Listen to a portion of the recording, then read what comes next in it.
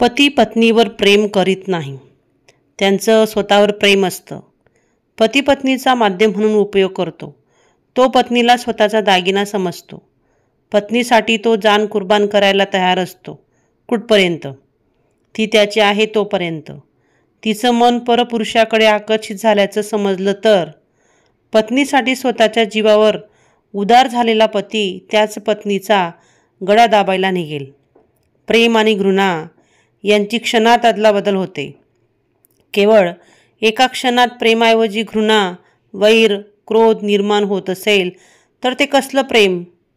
प्रेमाची व्याप्ती प्रचंड आहे.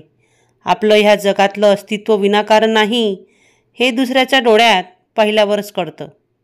माणूस म्हणून जगतो, कोणत्याही आपत्तींना सामोरा जातो. अचानक आपल्यावर प्रेम करणारी व्यक्ती उरली नाही की